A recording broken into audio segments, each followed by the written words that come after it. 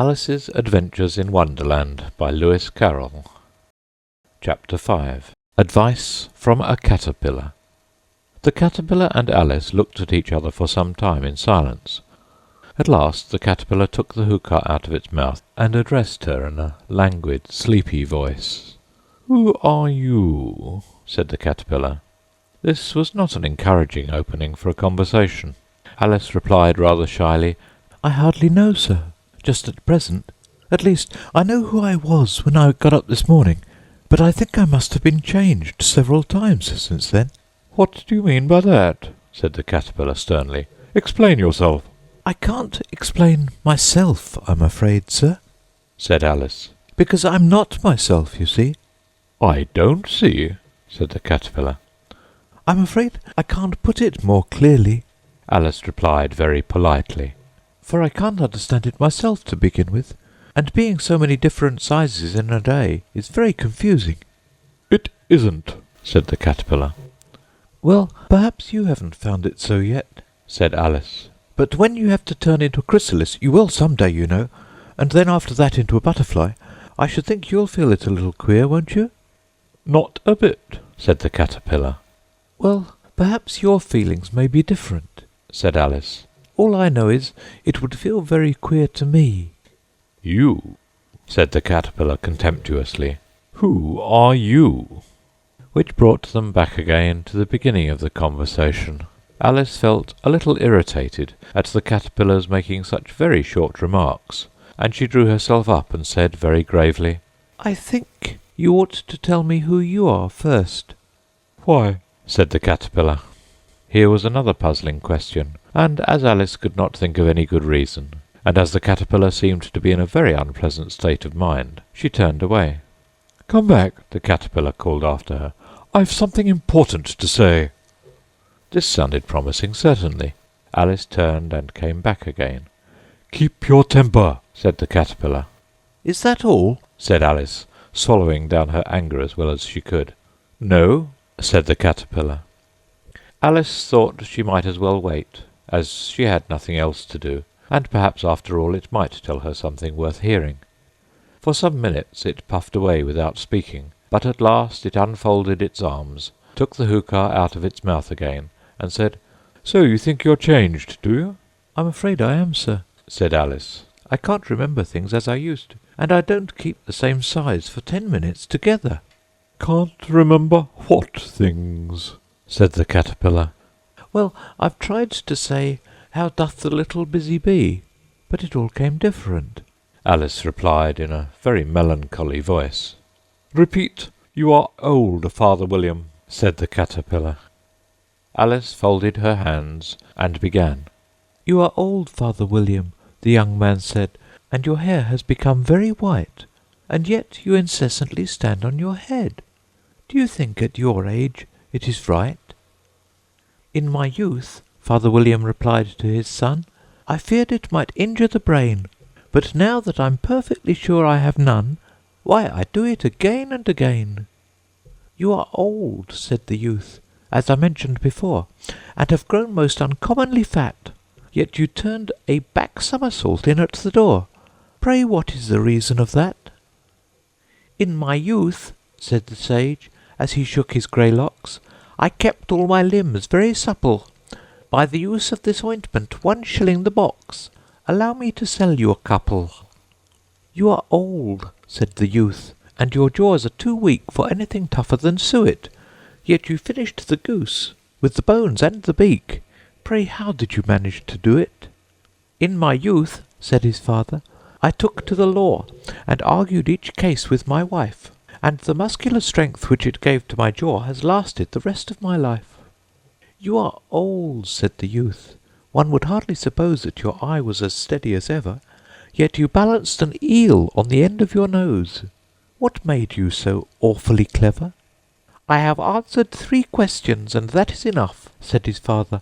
"Don't give yourself airs. Do you think I can listen all day to such stuff? Be off, or I'll kick you downstairs." "That is not said right," said the caterpillar. "Not quite right, I'm afraid," said Alice timidly. "Some of the words have got altered." "It is wrong from beginning to end," said the caterpillar, decidedly, and there was silence for some minutes.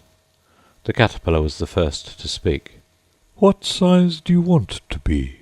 it asked. "Oh, I'm not particular as to size," Alice hastily replied.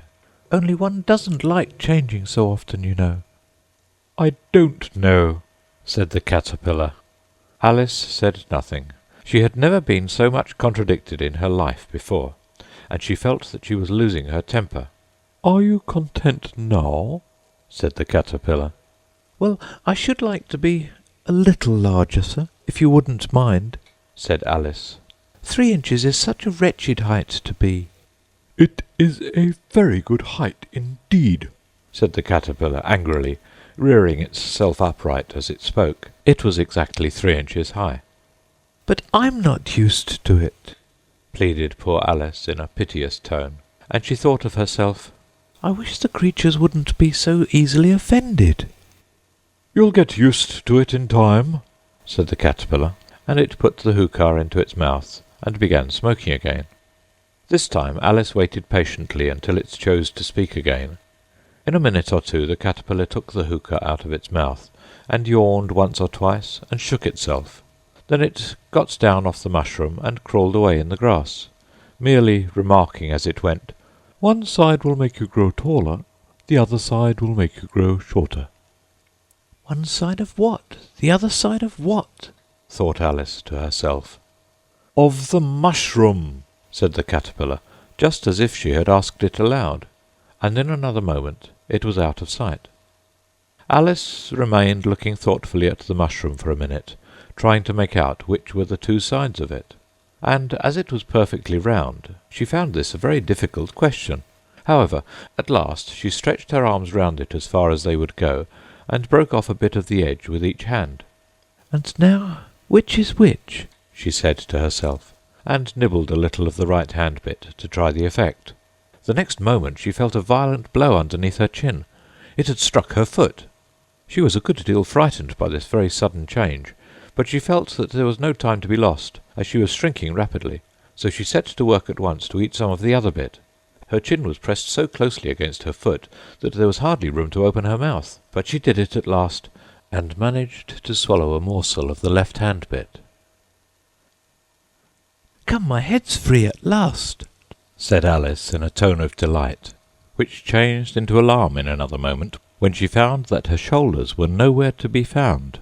All she could see when she looked down was an immense length of neck, which seemed to rise like a stalk out of a sea of green leaves that lay far below her. "What can all that green stuff be?" said Alice. "And where have my shoulders got to? And, oh, my poor hands, how is it I can't see you?" She was moving them about as she spoke, but no result seemed to follow, except a little shaking among the distant green leaves. As there seemed to be no chance of getting her hands up to her head, she tried to get her head down to them, and was delighted to find that her neck would bend about easily in any direction, like a serpent.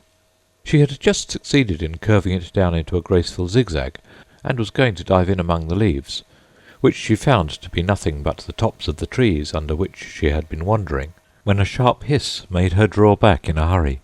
A large pigeon had flown into her face and was beating her violently with its wings. "Serpent!" screamed the pigeon. "I'm not a serpent," said Alice indignantly. "Let me alone." "Serpent, I say again," repeated the pigeon, but in a more subdued tone, and added with a kind of sob, "I've tried every way, and nothing seems to suit them." "I haven't the least idea what you're talking about," said Alice. "I've tried the roots of trees, and I've tried banks, and I've tried hedges," the pigeon went on, without attending to her, "but those serpents, there's no pleasing them." Alice was more and more puzzled, but she thought there was no use in saying anything more till the pigeon had finished. "As if it wasn't trouble enough hatching the eggs," said the pigeon, "but I must be on the lookout for serpents night and day. Why, I haven't had a wink of sleep these last 3 weeks." "I'm very sorry you've been annoyed," said Alice, who was beginning to see its meaning. "And just as I'd taken the highest tree in the wood," continued the pigeon, raising its voice to a shriek, "and just as I was thinking I should be free of them at last, they must needs come wriggling down from the sky. Ugh, serpent!" "But I'm not a serpent, I tell you," said Alice. I'm a... Well, what are you?" said the pigeon. "I can see you're trying to invent something." I'm a little girl," said Alice rather doubtfully, as she remembered the number of changes she had gone through that day. "A likely story indeed," said the pigeon in a tone of the deepest contempt. "I've seen a good many little girls in my time, but never one with such a neck as that. No, you're a serpent, and there's no use denying it. I suppose you'll be telling me next that you never tasted an egg." "I have tasted eggs, certainly," said Alice, who was a very truthful child. "but little girls eat eggs quite as much as serpents do, you know." "I don't believe it," said the pigeon. "but if they do, why then they're a kind of serpent, that's all I can say." This was such a new idea to Alice that she was quite silent for a minute or two, which gave the pigeon the opportunity of adding, "You're looking for eggs, I know that well enough. And what does it matter to me whether you're a little girl or a serpent?" "It matters a good deal to me," said Alice hastily. "but I'm not looking for eggs, as it happens. And if I was, I shouldn't want yours. I don't like them raw." "Well, be off then," said the pigeon in a sulky tone, as it settled down again into its nest. Alice crouched down among the trees as well as she could, for her neck kept getting entangled among the branches, and every now and then she had to stop and untwist it.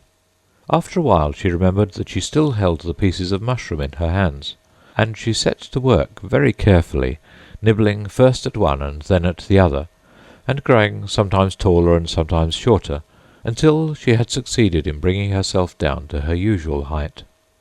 It was so long since she had been anything near the right size that it felt quite strange at first, but she got used to it in a few minutes, and began talking to herself as usual. "Come, there's half my plan done now. How puzzling all these changes are! I'm never quite sure what I'm going to be from one minute to another. However, I've got back to my right size. The next thing is to get into that beautiful garden. How is that to be done, I wonder?" As she said this, she came suddenly upon an open place with a little house in it, about 4 feet high. "Whoever lives there," thought Alice, "it'll never do to come upon them this size. Why, I should frighten them out of their wits."